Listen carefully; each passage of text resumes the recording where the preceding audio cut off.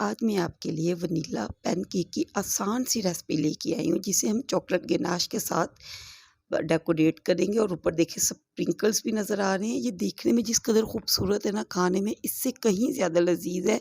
बच्चों को lunch box में बना के दें तो इंशाल्लाह बच्चे ये लंच बॉक्स खाली ही वापस लेके आएंगे। और शाम की चाय के साथ आप इसे बना लें। बहुत ही आसान रेसिपी है।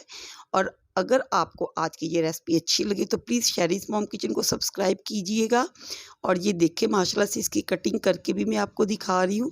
इसका अंदर का टेक्सचर देखिए माशाल्लाह से बहुत ही, ये देखने में बहुत फ्लफ़ी, मज़ेदार और बहुत अमेजिंग है। बिस्मिल्लाहिर्रहमानिर्रहीम। अस्सलाम वालेकुम, वेलकम टू शेरीज़ मॉम किचन। कैसे हैं आप सब? तो ये वाले जो मैं पैनकेक बना रही हूँ ना, ये मैं बना रही हूँ ब्लेंडर के एक जग में। तो यहाँ पे रूम टेम्परेचर मैंने 2 अदद अंडे ले लिए हैं। तो बेकिंग के लिए ना सारी चीज़ें रूम टेम्परेचर ही होती हैं, इसी से बेकिंग का अच्छा रिज़ल्ट आता है। तो यहाँ पे देखिए मैंने अब 2 टेबलस्पून के करीब कुकिंग ऑयल ले लिया है। तो कुकिंग ऑयल को भी इस जग में हम लोग ऐड कर देंगे। और इसके बाद मैं इसमें लूँगी 1 टीस्पून के करीब वनीला एसेंस। वनीला एसेंस भी इसमें डाल देंगे। इस एसेंस के डालने से अंडों की जो स्ट्रॉन्ग सी स्मेल है ना, वो नहीं आएगी। अब इसके बाद में मैं डाल दूँगी 1 प्याली चीनी। अब इस 1 प्याली चीनी की ही मेजरमेंट आगे होगी। और इसमें एक सीक्रेट इंग्रेडिएंट्स भी जाएगा जो मैं आपको आगे चल के बताऊँगी। तो अब देखिए मैंने ऊपर लिड लगा दिया है और इसे अच्छे से हम लोग ब्लेंड कर लेंगे। देखिए मैंने इस तरह से ब्लेंडर चला दिया है और इसे कम से कम 2 से 3 मिनट ब्लेंड करेंगे। एक तो ये फ्लफ़ी हो जाएगा और दूसरा ये कलर में बहुत लाइट सा हो जाएगा। तो ये देखिए 3 मिनट चला के मैं इसे अब साइड पे कर दूँगी, बंद कर दूँगी। अब नेक्स्ट स्टेप ये है, इसमें 2 प्याली के करीब जाएगा पानी। पानी भी बस नीम गर्म पानी लेना है हम लोगों ने।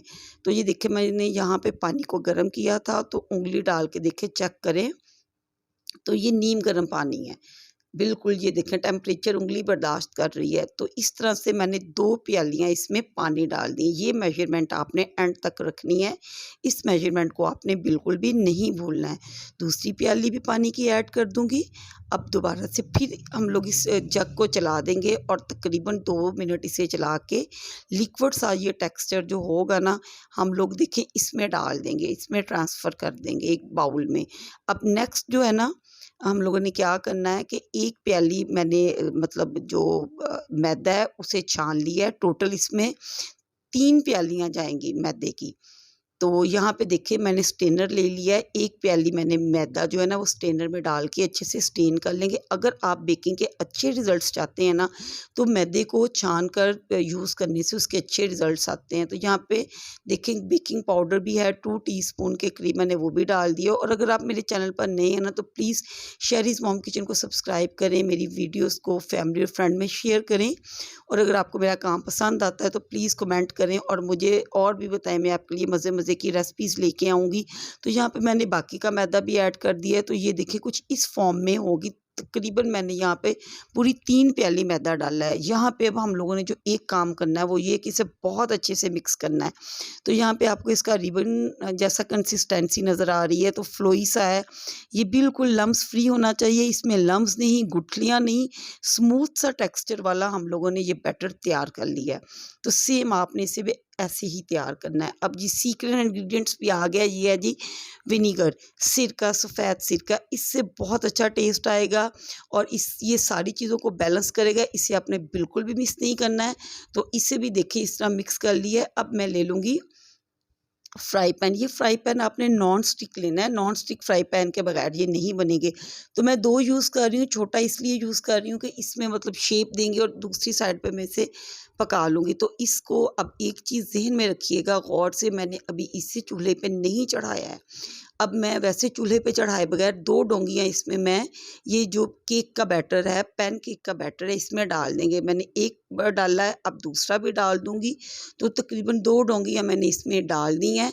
और अब इसे हम लोग चढ़ाएँगे चूल्हे पे। और चूल्हे पे चढ़ाने के बाद भी तो जो दम वाला फ्लेम होता है ना, आपने वो यूज़ करना है। आपने बिल्कुल भी हाई फ्लेम नहीं करना। ये देखिए जैसे ही बबल्स बने हैं, मैंने तकरीबन 1.5 से 2 मिनट दम वाले फ्लेम पे इसे पकाया है। किनारों को मैंने छुड़वा लिया है। बबल्स बनने के बाद देखें ये इजीली ये रिमूव हो रहा है इससे। अब हम लोग इसको दूसरे पैन में ट्रांसफ़र कर देंगे। वो भी मैंने ऑलरेडी गर्म किया हुआ था। तो ये देखिए यहाँ पे भी मैंने फ्लेम को लो ही रखा हुआ है, यानी कि दम वाली फ्लेम। तो इसे भी तकरीबन 2 से 3 मिनट पका लेंगे, या इतना आप पकाएं कि ये दोनों साइडों से पक जाए। तो ये देखिए इस तरह से मैंने सारे पैनकेक्स रेडी कर लिए हैं। अब मैं आपको दूसरी साइड भी इसकी चेक करवा देती हूँ। तो ये माशाल्लाह से देखिए दोनों साइडों से इक्वली कुक है, कच्चे भी नहीं है, बस आपने फ्लेम को स्लो रखना है। अब इसे रूम टेम्परेचर पे ठंडा कर ले। अब हम लोग बनाएंगे चॉकलेट गनाश।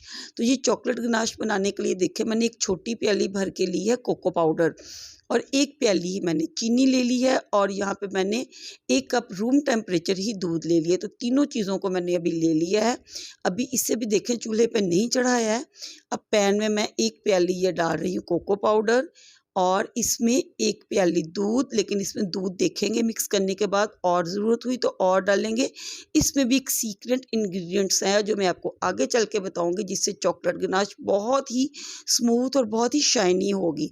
तो यहाँ पे चीनी भी मैंने डाल दी है। इन सारी चीज़ों को हम लोग ना अभी पहले वैसे ही मिक्स कर लेंगे, चूल्हे पे नहीं चढ़ाएंगे। तो यहाँ पे मैंने हैंड विस्क ले लिया, आपको जिससे भी बेहतर लगे, यानी इजी हो आप हैंड विस्क ले लें, स्पैचुला ले लें। तो इसके लम्स कोशिश करेंगे चूल्हे पे चढ़ाने से पहले इसे फ्री हो जाए, लम्स फ्री बैटर कर लें। तो यहाँ पे देखिए मैंने काफ़ी हद तक इसके लम्स को मतलब रिमूव किया था। अब मैंने इसे चढ़ाया चूल्हे पे। यहाँ पे अब जो है ना एक बात समझने वाली, आपने टू मच हाई फ्लेम नहीं रखना, बस इसे मीडियम टू नॉर्मल फ्लेम पे इसे स्क्रैप करते हुए पका लीजिएगा। अभी देखिए यहाँ पे मुझे पकाते हुए तकरीबन 2 मिनट हो चुके हैं, लेकिन ये बहुत गाढ़ा है, और इसे बस आपने चम्मच चलाते हुए इसे इक्वली कुक करना है साइडों से। ये देखें अभी ये कहीं से गाढ़ा हो रहा, कभी इसमें मतलब ये लिक्विड लग रहा है।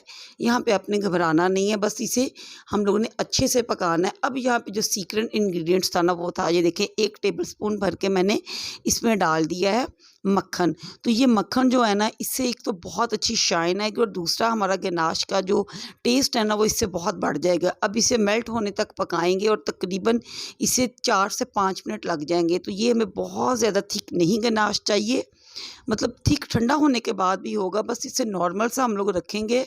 तो इसे चेक करने का भी एक तरीका होता है कि ये कितना मतलब गाढ़ा हो गया। देखिए स्पैचुला की बैक साइड से मैंने चेक किया है, तो सेंटर से देखिए बिल्कुल भी स्पेस है, ये आपस में ये स्पेस ख़त्म नहीं हो रही। तो ये हमारा तैयार हो गया है।